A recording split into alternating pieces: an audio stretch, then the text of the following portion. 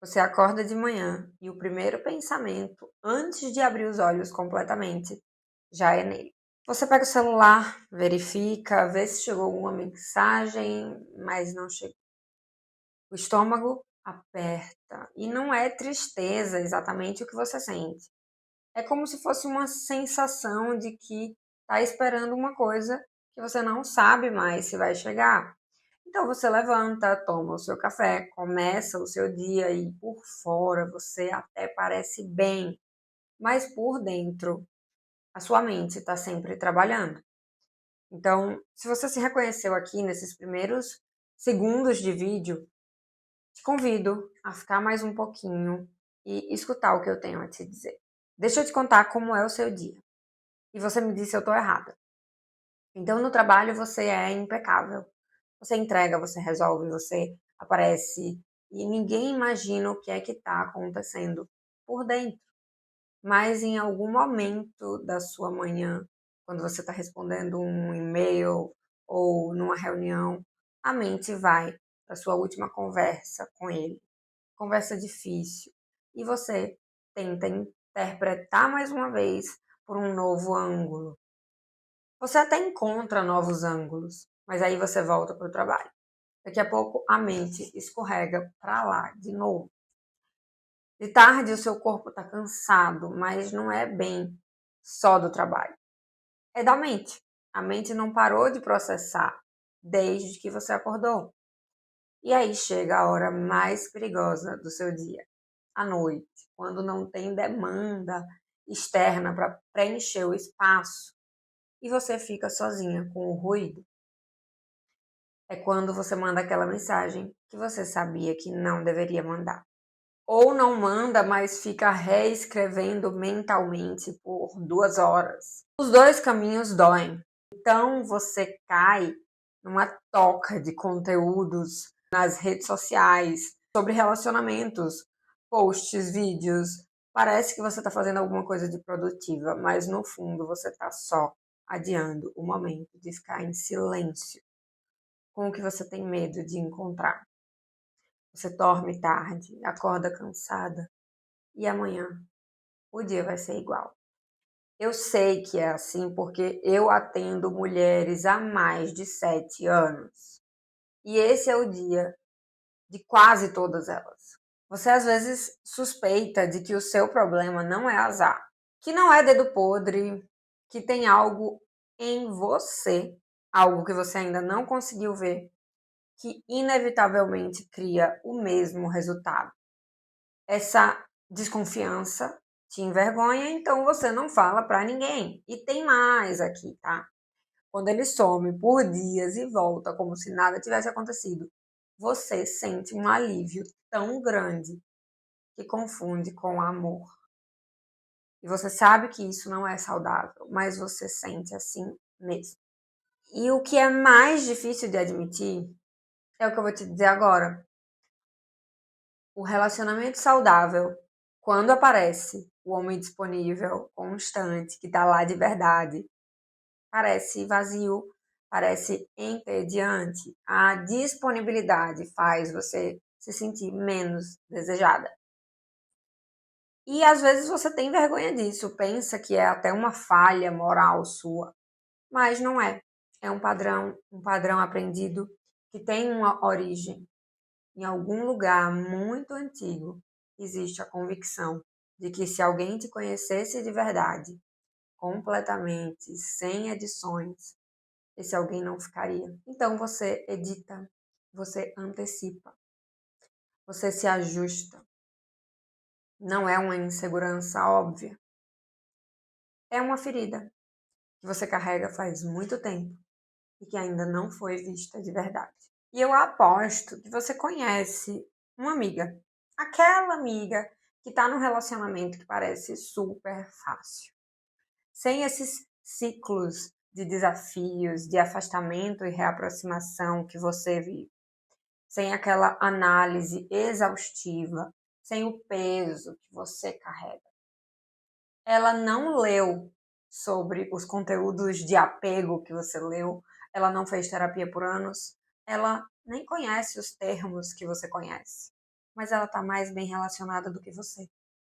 E isso dói de um jeito tão específico que você automaticamente transforma em tá tudo bem. Cada um tem o seu processo. Mas essa comparação nem é a mais cruel de todas, porque a comparação mais cruel é aquela com você mesma. Aquela que não passa 40 minutos elaborando uma resposta para não parecer disponível demais. Aquela que não fica com o estômago apertado esperando uma mensagem. Aquela que consegue estar num relacionamento sem sentir que a qualquer momento pode perder o chão. Essa versão sua sempre parece um passo à frente. Num próximo processo, quem sabe? Nunca agora. E em algum momento você se pergunta: quando vai ser a minha vez? Você já tentou mudar isso? Você já foi para terapia? Você aprendeu muito sobre si mesma e parou antes de chegar onde doía mais. A resistência se disfarçou de decepção com o método, de necessidade de economizar, de já sei o que eu preciso fazer.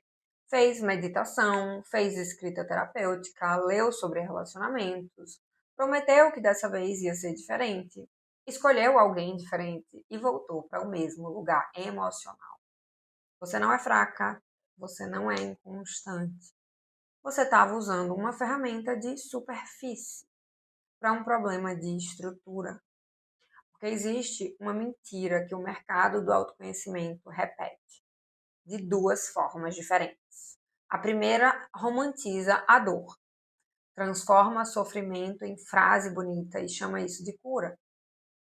A segunda vem de controle, autocontrole, técnicas para gerenciar o sintoma como se o problema fosse não saber se regular. Não é. Nenhuma das duas chega na raiz. E a raiz não é comportamento, é inconsciente. É o padrão formado antes de você ter palavras para descrever. É a ferida que organiza suas escolhas, sem pedir permissão. Jung disse uma coisa que eu repito há 7 anos. Até você se tornar consciente, o inconsciente vai dirigir sua vida e você vai chamar isso de destino. Provavelmente você também já ouviu essa frase por aí. E você não está repetindo por destino. Você está repetindo porque a ferida ainda não foi vista. Existem 5 feridas primárias.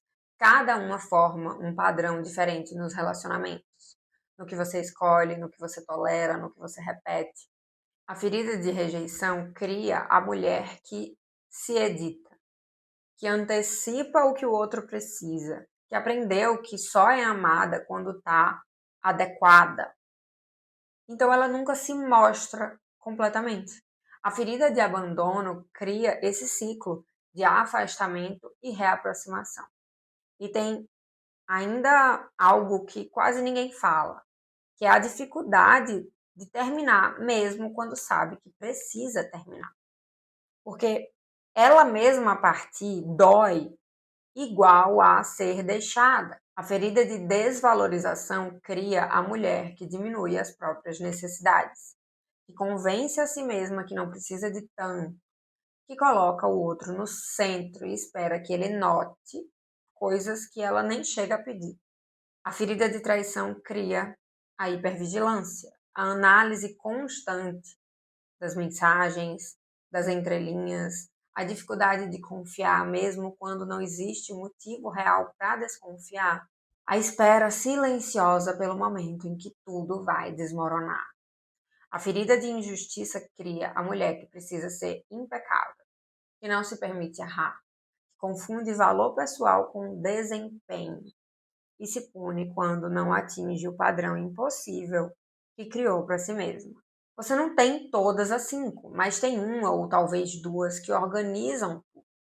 E quando você identifica qual é a sua, o padrão para de parecer destino. Começa a aparecer o que sempre foi, algo que foi aprendido. E assim como você aprendeu, você pode desaprender. Uma cliente me mandou uma mensagem no 2º dia do processo. E eu vou ler aqui para vocês.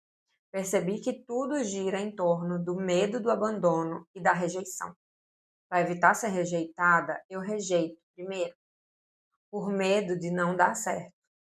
Já tinha me dado conta disso, mas acontece de forma inconsciente. Me envolvo com pessoas tão indisponíveis quanto eu. No segundo dia, ela não chegou a essa clareza lendo mais um artigo ou mais um post no Instagram. Ela chegou porque finalmente viu o mecanismo operando. Não na teoria, no próprio padrão dela. E isso é o que muda a estrutura. Não é mais informação, é o reconhecimento. Deixa eu te fazer uma pergunta. Daqui a 5 anos, você olhando para trás, o que você vai sentir se hoje assistiu esse vídeo, se reconheceu em tudo que eu disse e não fez nada diferente? Não é julgamento, tá? É só uma pergunta que eu precisaria que alguém me fizesse, se eu tivesse exatamente no lugar que você está agora. Porque você já sabe que o padrão existe, você já sabe que ele se repete. E a questão não é se você vai continuar assim, a questão é por quanto tempo. Eu criei um kit que eu chamei de As 5 Feridas. São áudios guiados, um para cada ferida, onde eu explico como ela se forma, como ela opera nos seus relacionamentos e o que ela faz você escolher, tolerar e repetir. Cada áudio tem um exercício. Não é para você entender mais sobre o assunto, é para você reconhecer qual ferida está operando especificamente em você. Junto com os áudios tem um PDF de apoio com um mapa completo de cada ferida, para você consultar sempre que precisar. Esse kit custa R$ 47,00, o acesso é imediato. Você recebe tudo por e-mail em segundos. Você vai acessar lá no Wi-Fi e não é mais um curso sobre relacionamentos, não é teoria, não é nada superficial. É o primeiro passo real para nomear a raiz, antes que ela precise gritar no corpo, no caos, na dor, no próximo relacionamento. Então agora o botão vai aparecer aqui na tela e lembre que você chegou aqui por algum motivo, por essa parte de você que está cansada de repetir. Ela merece ser ouvida. Então clica aqui e começa ainda hoje. E depois me conta. Um beijo.